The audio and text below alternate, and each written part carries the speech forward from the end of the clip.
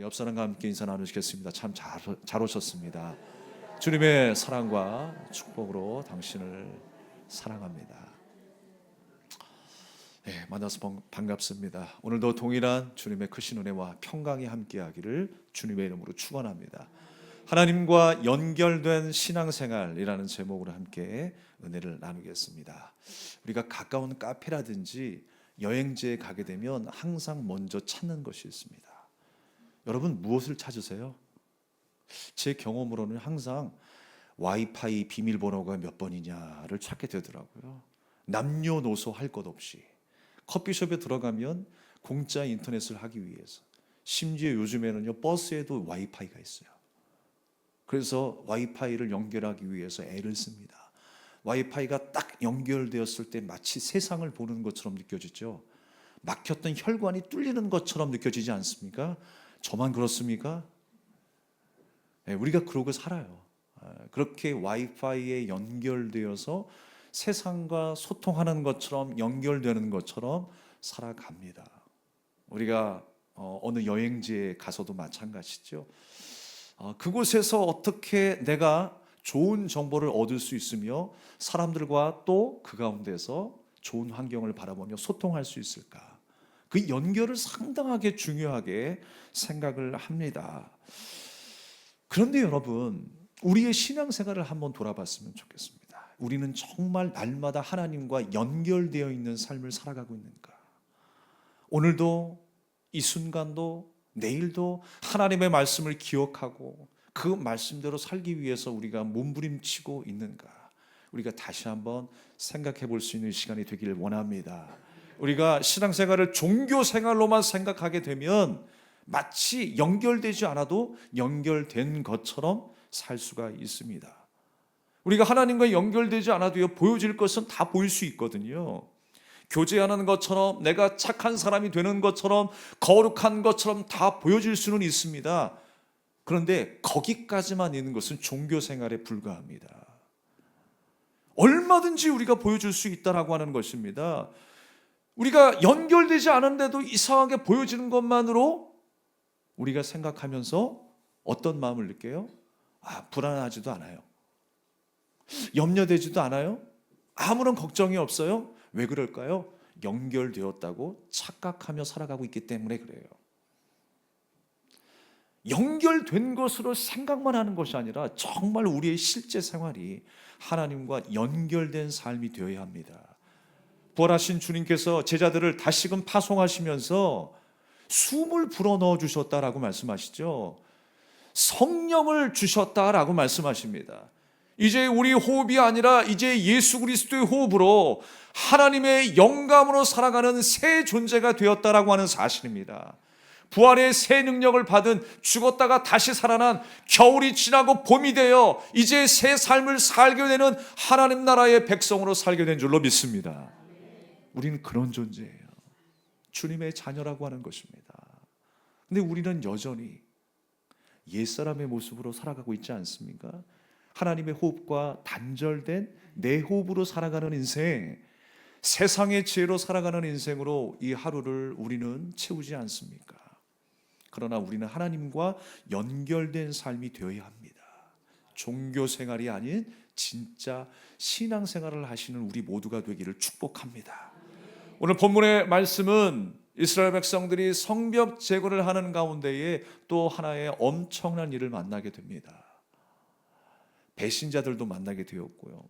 또 여러 가지 열악한 상황도 만나게 되었고, 또 이방 사람들의 공격도 있었고요.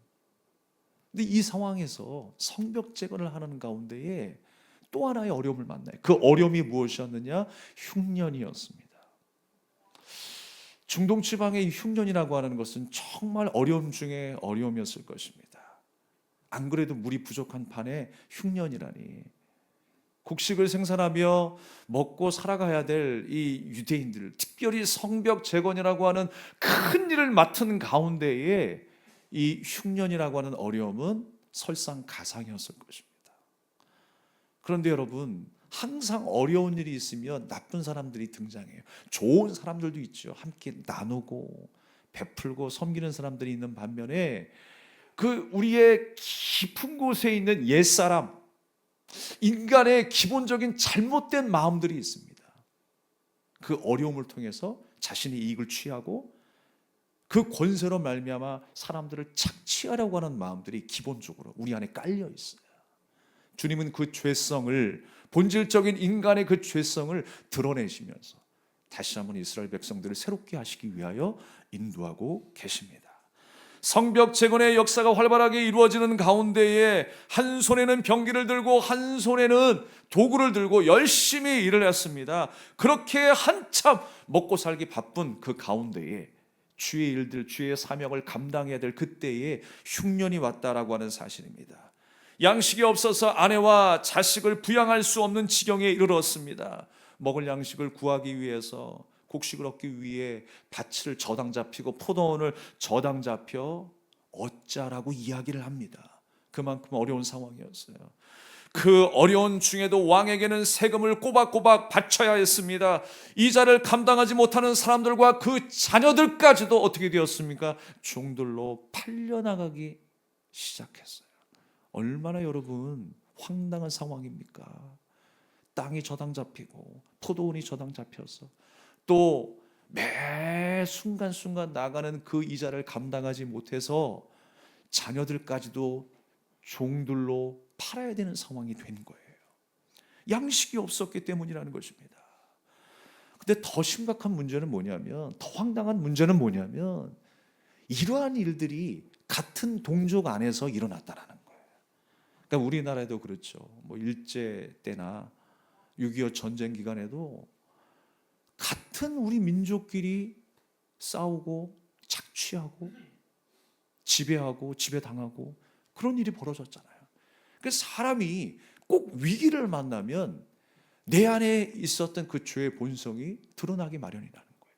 그런데 하나님께서는 그것을 드러내는 것으로 끝나는 것이 아니라 이스라엘 백성들을 다시 한번 거룩하게 세우기 위한 작업들을 하시기 위하여서 이 말씀을 백성들에게 또는 우리에게 허락하셨다라고 하는 사실입니다. 사람은 위기를 만났을 때 어떤 행동을 하게 될까요?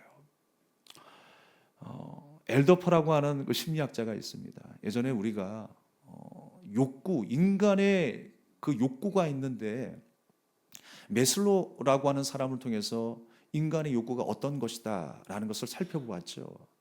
오늘은 엘더퍼라고 하는 사람도 인간의 욕구에 대해서 연구한 사람인데, 그가 연구하는 것은 뭐냐면 특이하게도 인간에게는 생존의 욕구가 있다, 관계의 욕구가 있다, 성장의 욕구가 있다. 그런데 인간이 위기를 만나게 되면 그 욕구들이 왜곡이 된다는 거예요. 변질이 된다는 거예요. 여러분, 어떻게 변질이 될까요? 생존의 욕구가 뭐예요? 우리가 먹고 싶어 하고요, 또 우리가 살기 위해서 몸부림을 칩니다. 안전을 지키기 위해서 애를 쓰는 것이 우리 인간이 가지고 있는 생존의 욕구라고 하는 것이죠. 그런데 이 생존의 욕구가 위기를 만나게 되면 어떻게 변질이 되느냐? 나만 아는 존재가 돼요. 우리가 전쟁 나면요, 지진이 일어나면, 홍수가 나면 어떤 일이 벌어집니까? 당장 슈퍼마켓에서 어떤 일이 벌어져요? 사재기가 이루어지지요. 평소에 먹지 않던 음식들은 다 죄다 사다 집에 그냥 챙겨놔요. 내가 먹지 않아도 마음의 안정을 위해서. 라면이면 라면, 감자면 감자, 비스켓이면 비스켓 다 챙겨다 놓습니다. 근데 여러분, 그것이 잘한 일일까요? 내가 돈을 가지고 있다고 해서, 내가 좀 힘이 있다고 해서 그거 다 챙겨 놓아서 나만 잘 살면 끝입니까? 아니죠. 그걸 못 사는 사람들은 어떻게 할 거예요?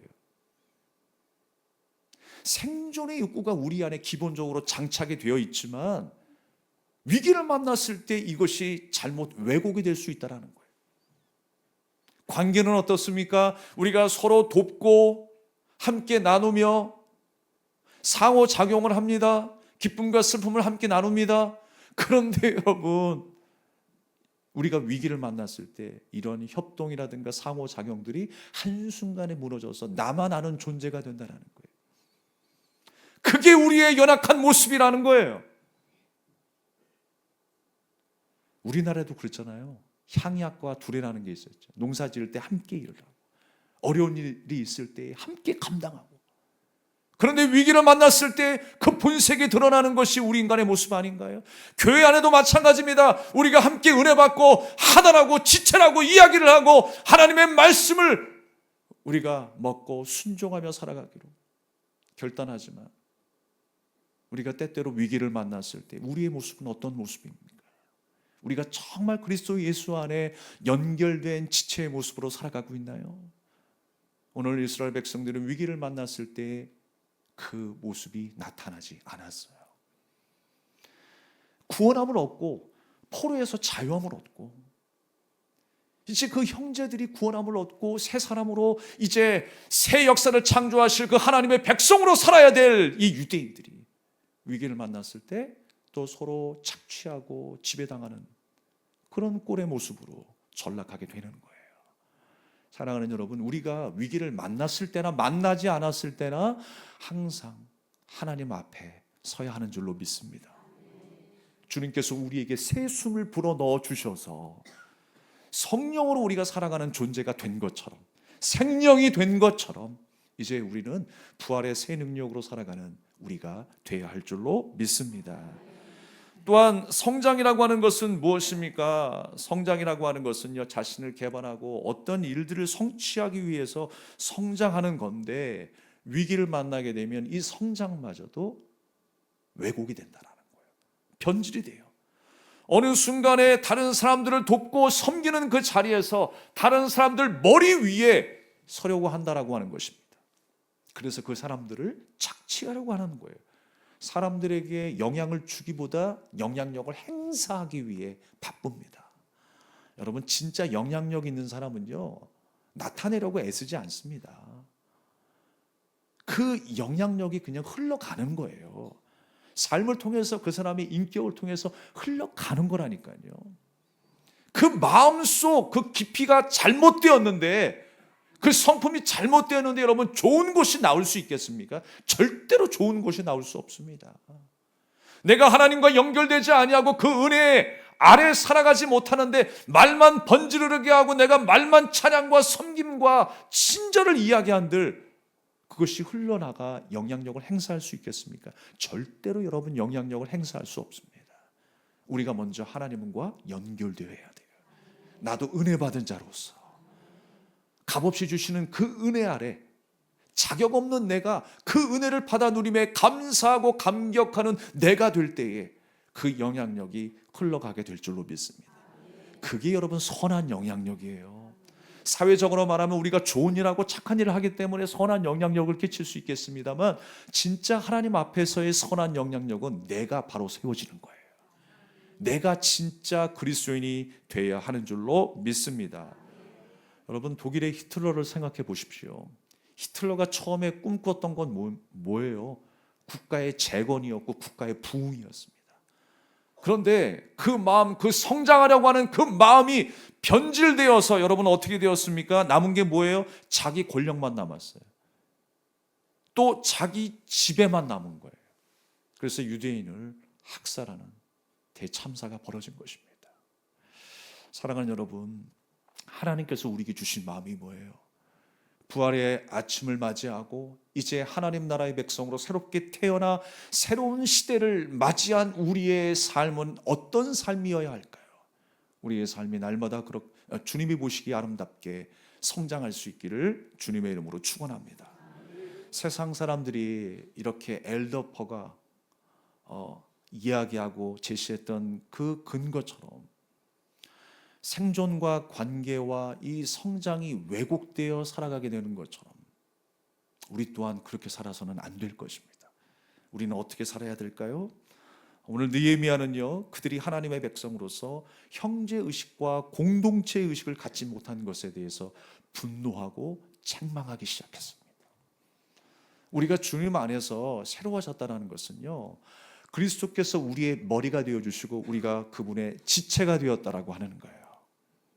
우리가 하나로 연결되어서 주님의 정신으로 주님의 말씀으로 우리가 하나가 된 거예요. 어떤 한 사람도 그런 마음이 아니면 우리가 하나 될 수가 없습니다.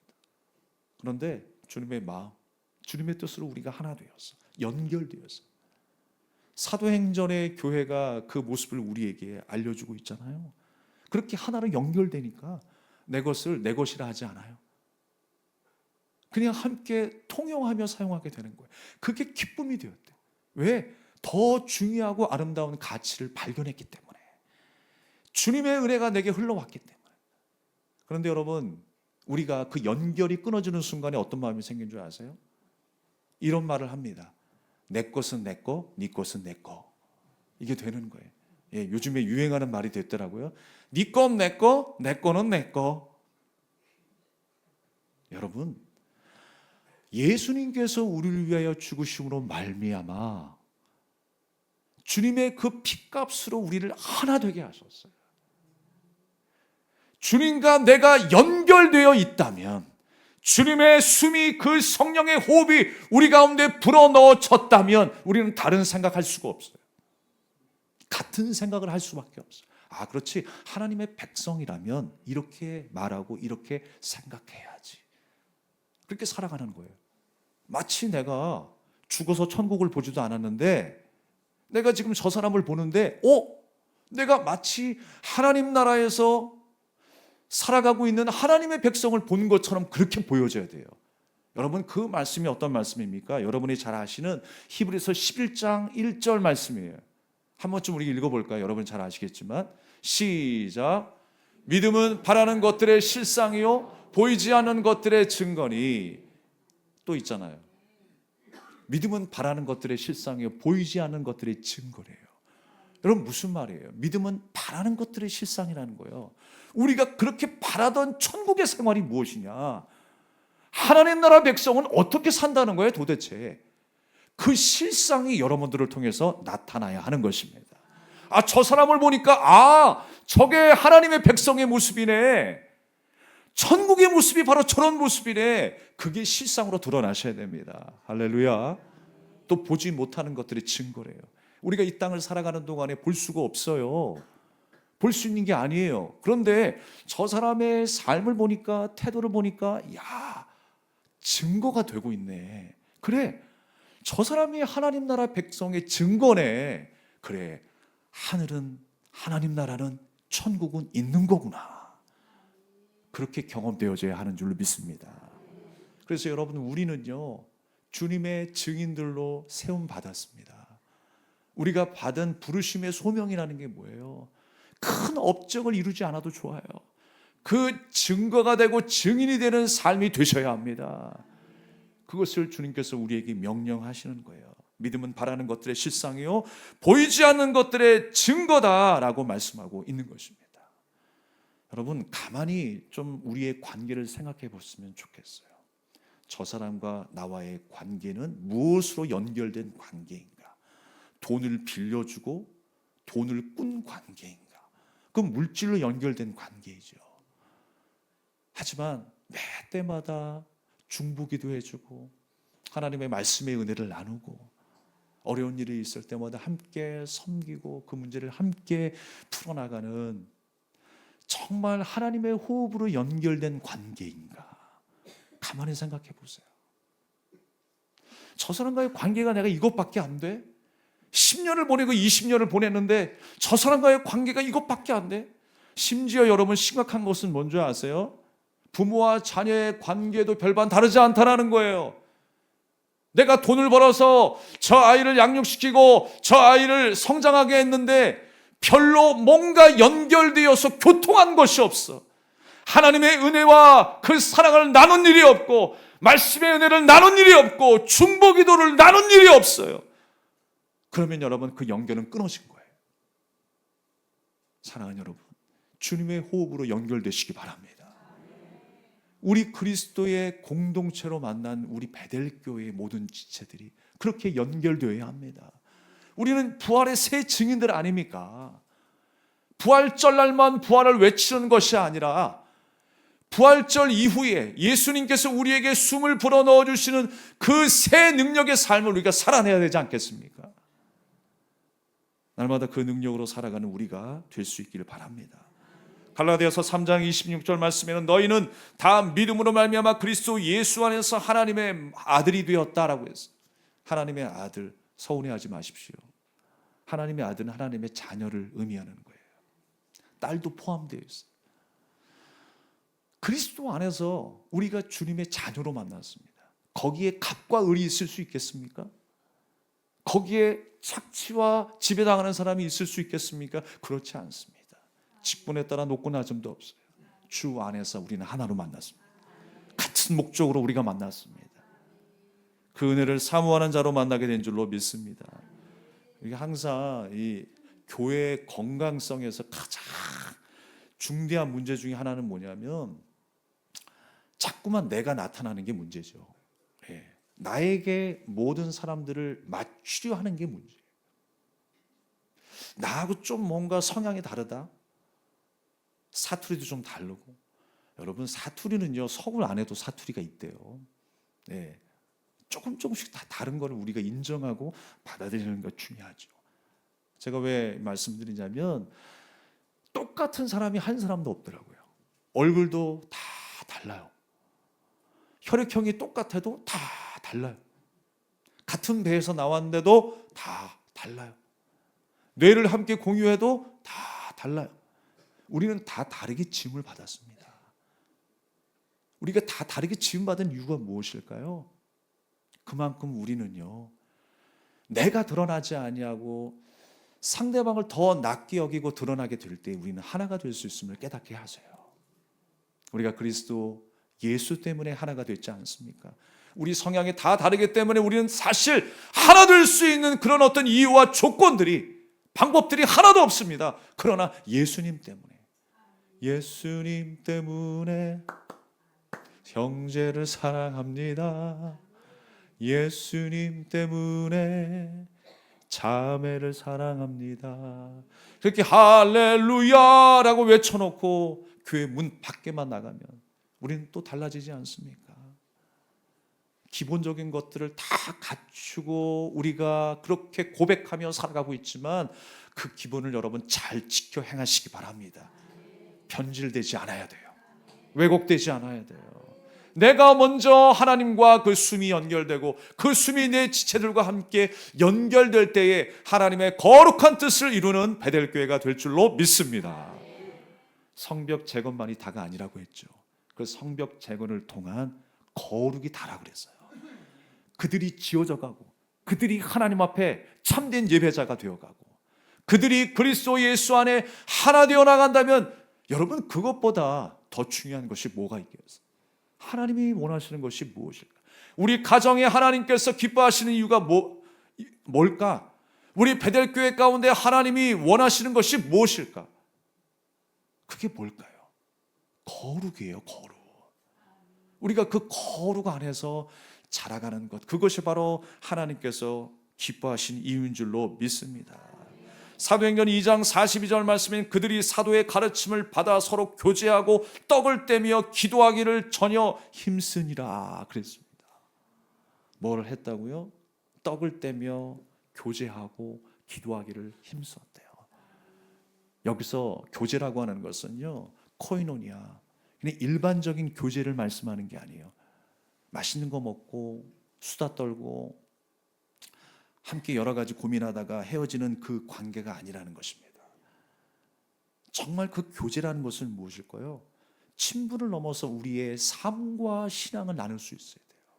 방금 전에도 말씀드렸던 것처럼 하나님의 호흡으로, 하나님의 숨으로, 하나님의 마음으로 함께 나눌 수 있어야 되는 거예요. 여러분 서로 중보자가 되어 주십시오. 그래서 함께 기도할 수 있는 그 말씀의 은혜를 함께 나눌 수 있는 중보자가 되어 주십시오. 우리 옆 사람과 함께 인사 나누겠습니다. 이제부터 당신의 중보자가 되겠습니다.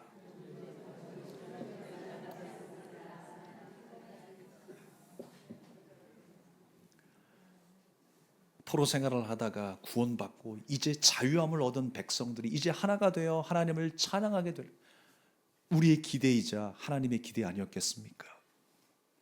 그런데 또 어느 순간에 그들의 기질이 발동을 하는 거예요. 가라앉았던 그 죄의 본성들이 슬금슬금 올라오기 시작하는 거예요. 그래서 위기를 탁 만나는 그 순간에 자기의 힘과 권세로 어려운 사람들을 착취하기 시작했어요. 여러분 전쟁이 날 때 물건을 사재기하면 하찮은 식료품 하나라도 그 값이 어떻게 되겠습니까? 천정부지가 되는 거죠. 그 이자로 인해서 착취하고 고리대금 헤매보면서 살아남으려고 하는 사람들이 있었다라는 거예요. 생존의 욕구가 변질되는 순간이었어요. 하나님이 그 모습을 원하실까요? 함께 힘을 합하여 아름다운 교회의 모습을 만들어가기를 원하시지, 누가 높아지고 누가 낮아지기를 주님께서 원하실까요? 함께 나누며 함께 살아가기를 원하시지요. 그게 사실 성벽 재건의 핵심이지 않습니까? 그런데 이 어려움을 통해서 내가 높아지고 내가 영향력을 행사하고 고리대금을 통해서 내가 이익을 착취하겠다라고 하는 사람들이 나타나요. 그 이야기를 들은 느헤미야가 분노했다고 했습니다. 이 느헤미야의 분노는요, 하나님의 분노입니다. 우리를 바라보실 때 하나님이 그러한 사실을 두고 분노하시는 거예요. 예수님께서요, 분노하셨던 이야기가 하나가 있죠. 성전에 들어가셨는데 성전에서 재물을 파는 사람들, 또 종교 지도자들이 고리대금을 통해서 착취를 하고 있어요. 이익을 남겨먹고 있어요. 또 성전세를 내야 되는데 성전세를 이제 환전하게 되면서 드라크마를 세겔로 바꿔야 하는 그 환전의 단계에서 또 이익을 남겨먹는 거예요. 예수님께서 분노하셔서 상을 엎어버렸어요. 왜 예수님께서 화를 내셨을까요? 당연히 제물을 드려야 되고 당연히 절기를 지키려 사람들이 모였을 뿐인데, 환전했을 뿐인데 왜 예수님께서 그 상을 둘러 엎으셨습니까? 잘못된 그들의 마음, 그들의 신앙 때문이었습니다. 하나님 앞에 온전히 예배하지 아니하는 그들의 잘못된 태도 때문에 예수님께서 둘러 엎으셨어요. 하나님과 연결되어 예배드려야 될 그 예배자들이 하나님과 연결되지 아니하고 자기가 영향력을 행사하고 자기 이익을 위해서 살아가는 그 모습으로 전락했다라는 것입니다. 사랑하는 여러분, 우리의 예배는 하나님 앞에 상달될 예배가 되어야 합니다. 하나님이 기뻐하시는 예배가 되어야 합니다. 또한 그 이 예배로 말미암아 우리가 하나로 연결되는 그 성찬식의 모습을 상상해 보십시오. 주님의 피와 살로 말미암아 우리가 하나로 연결되어서 하나님 앞에 만족이 되고 기쁨이 될 수 있는 그 예배가 되어야 되지 않겠습니까? 그것이 바로 재건의 핵심이고 회복의 핵심이라고 하는 사실입니다. 그 부흥의 시작은 바로 말씀에 대한 회개와 순종에 있습니다. 우리가 주님께서 주신 그 말씀 앞에 온전히 순종하게 될 때에, 자기를 부인하고 십자가를 지라고 하는 그 예수님의 명령에 순종하며 깨어서 우리가 지켜 행할 때에 바로 그 부흥은 시작된다라고 하는 것입니다. 느헤미야가 질책하자마자 8절 하반절 말씀에 보니까 사람들이 잠잠해졌다라고 했어요. 그러면서 그 느헤미야의 말을 듣기 시작했습니다. 그리고 12절 말씀에 말씀대로 행하겠다 하여 제사장 앞에 맹세하기 시작합니다. 그리고 또 한 번 13절 말씀에서 여호와를 찬송하고 백성들이 그 말한 대로 행하였다라고 강조하고 또 강조하고 있어요. 이방인들이 흉년을 이용해서 가난한 자들을 착취한다고 해도 하나님의 백성은 그렇게 하면 안 되죠.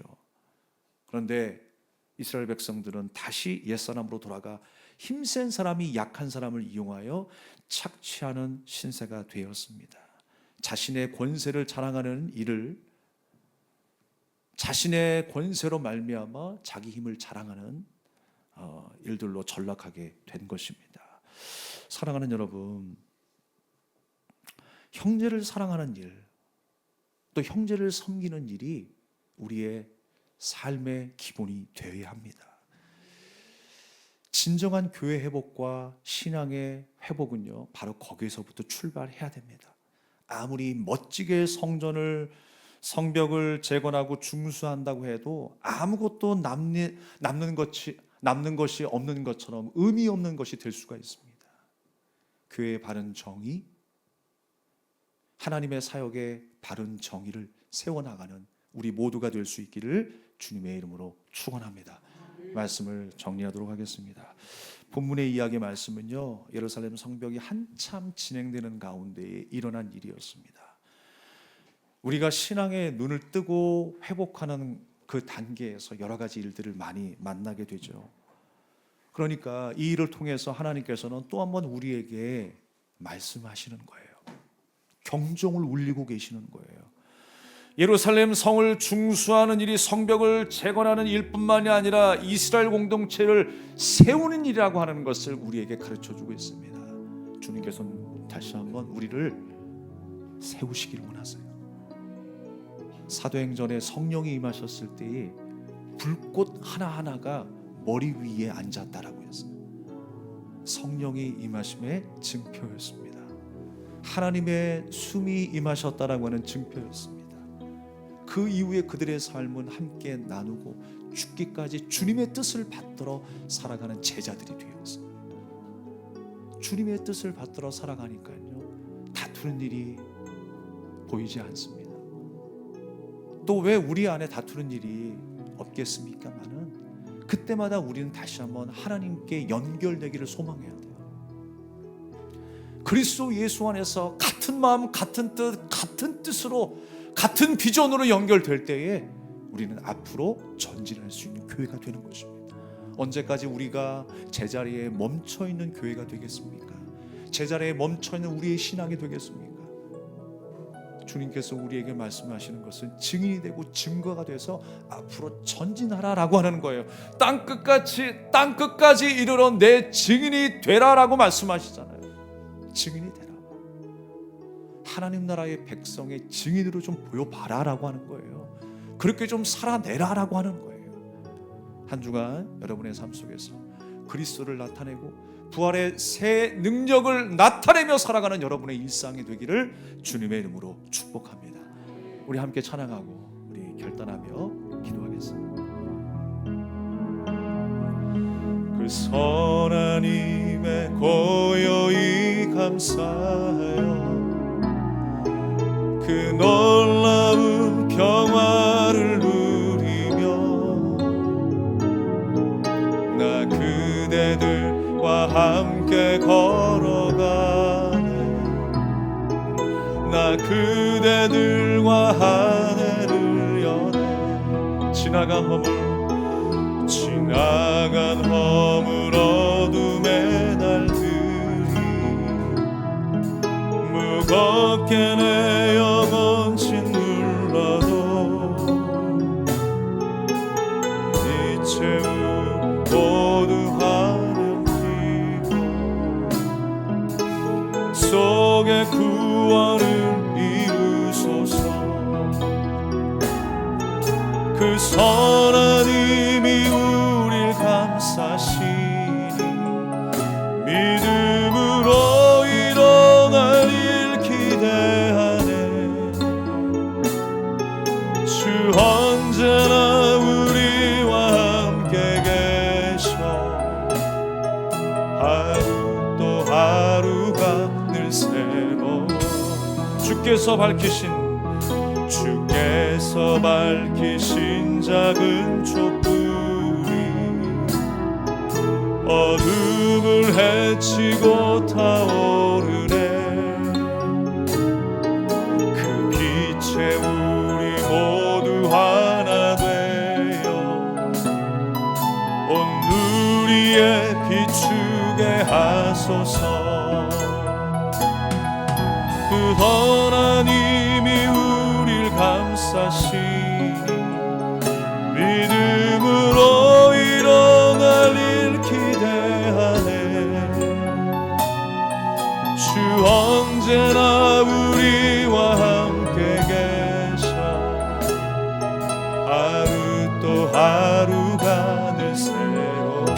이 고요함이 깊이 번져갈 때, 이 고요함이 깊이 번져갈 때 저 가슴 벅찬 노래 들리네.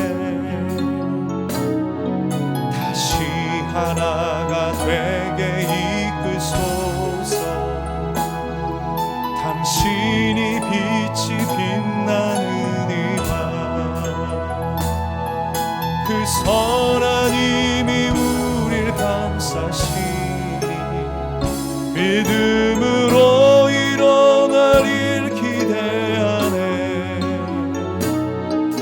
주 언제나 우리와 함께 계셔 하루 또 하루 하늘 새로 그 선하님이 우리를 감싸시 믿음으로 일어날 일 기대하네 주 언제나 우리와 함께 계셔 하루 또 하루가 늘 새로 하루 또 하루가 늘 새로 하루 또 하루가 늘 새로 주를 만난 이후부터 우리의 삶은요 날마다 새로운 하루가 될 것입니다. 우리가 기대하지 못한 열매들을 주님께서 맺게 하시고 우리가 걱정하고 염려할 필요가 없습니다. 주님의 숨이 주님의 호흡이 주님의 영이 내게 임하시면서 주님의 모든 일들을 감당하실 것입니다. 우리 안에 새 일을 행하실 것입니다. 여러분 그 새 일을 기대하며 나가십시오. 내 호흡으로 내 지혜와 내 주장으로 내 고집으로 살아가는 인생이 아니라 하나님의 호흡으로 살아가는 인생이 되게 달라고 우리 함께 오늘 이 시간에 기도하며 결단하기를 원합니다. 기도하겠습니다. 하나님 아버지